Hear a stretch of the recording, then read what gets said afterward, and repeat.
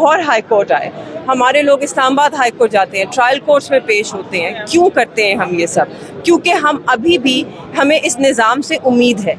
उम्मीद क्यों है? इसलिए नहीं कि हम किसी हकीकत से दूर दुनिया में रहते हैं। हम अभी भी यकीन रखते हैं कि हम यहाँ अव्वल तो दबाव डालने नहीं आते अदलिया पे, हम अदलिया को मजबूत करने आते हैं। हम अदलिया की हिम्मत और हौसला बनने आते हैं कि यही अदलिया कि जिसको हमने देखा है बंद अदालतों में इंसाफ का कत्ल करते हुए, यही अदलिया खुली अदालतों में इंसाफ को बहाल करेगी।